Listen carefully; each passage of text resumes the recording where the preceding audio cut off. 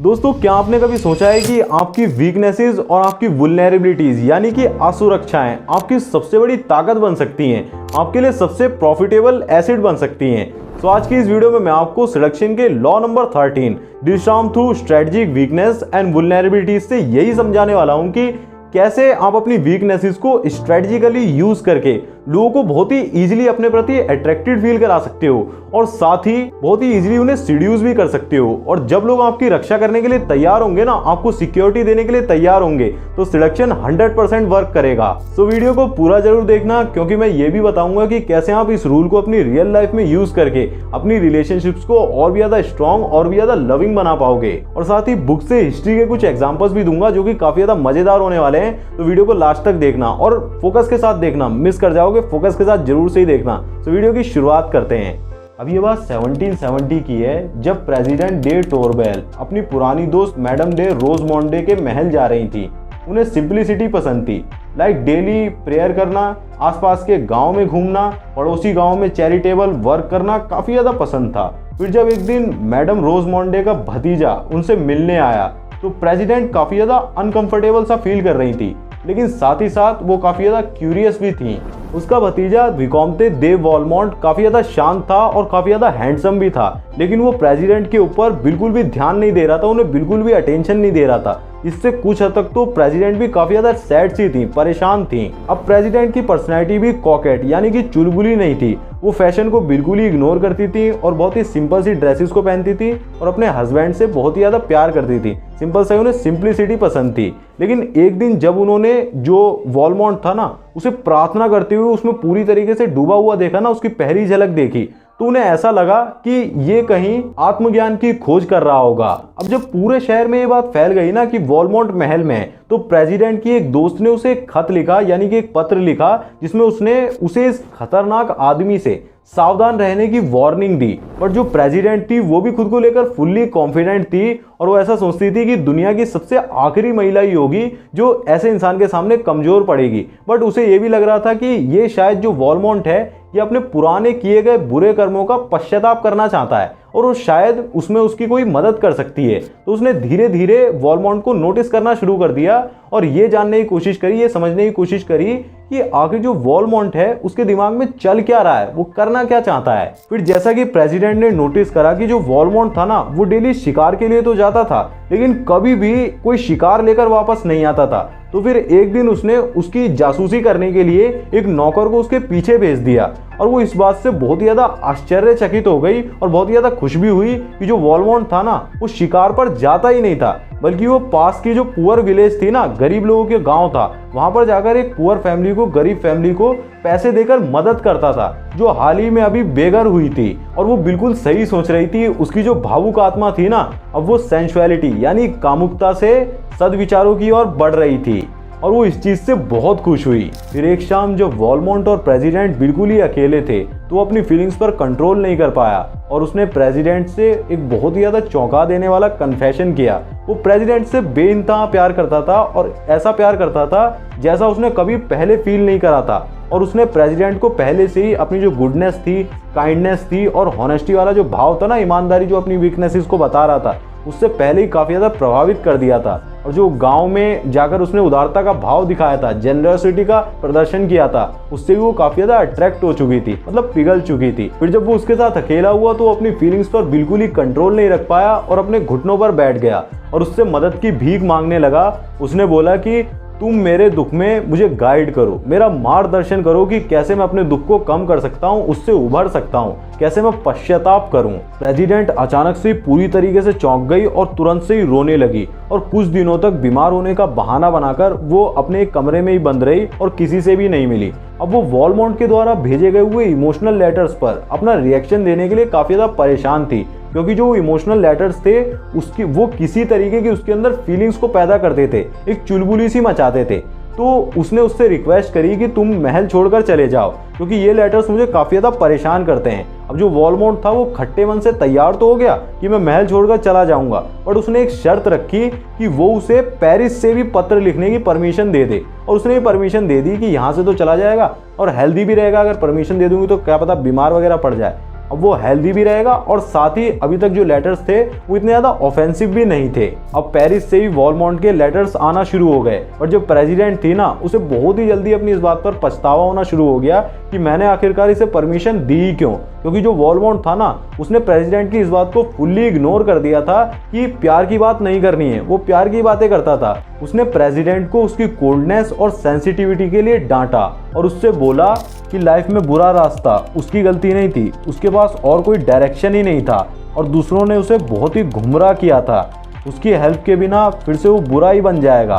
क्रूर मत बनो, तुम ही हो जिसने मुझे बहकाया है, मैं तुम्हारा गुलाम हूँ, तुम्हारे अट्रैक्शन और गुडनेस का शिकार हो गया हूँ और तुम बहुत स्ट्रांग हो और मेरी तरह महसूस नहीं कर सकती हो, इसीलिए तुम्हें डरने की बिल्कुल भी जरूरत नहीं है। फिर प्रेसिडेंट को उसके ऊपर काफी ज्यादा दया आ गई और वो काफी ज्यादा वीक और अनकंट्रोलेबल सी लग रही थी। अब उसने उसके बारे में और भी ज्यादा सोचना शुरू कर दिया। जितना वो पहले सोचती थी ना कि उसकी मदद कैसे करूंगी, उससे ज्यादा सोचना शुरू कर दिया। लेकिन साथ ही उसके दिमाग में ये सवाल भी गूंजता रहता था कि वो एक खुशहाल शादीशुदा महिला थी, उसे ऐसा नहीं करना चाहिए, किसी गैर मर्द को अपनी लाइफ में लाना अच्छी बात नहीं है। तो उसने ये फैसला किया कि सबसे पहले तो वो इस तरीके के थकाऊ लेटर्स को बंद कर देगी, बिल्कुल खत्म कर देगी। तो उसने वॉलमॉन्ट को लिखा कि ये लेटर्स दोबारा से नहीं आने चाहिए, प्यार की बातें बिल्कुल भी नहीं होंगी, वरना मैं तुम्हारे लेटर्स का जवाब नहीं दूंगी। फिर वॉलमॉन्ट के लेटर्स आना बिल्कुल ही बंद हो गए, उसने लेटर्स भेजना बिल्कुल ही बंद कर दिया, जिससे कि जो प्रेसिडेंट थी ना वो काफ़ी ज़्यादा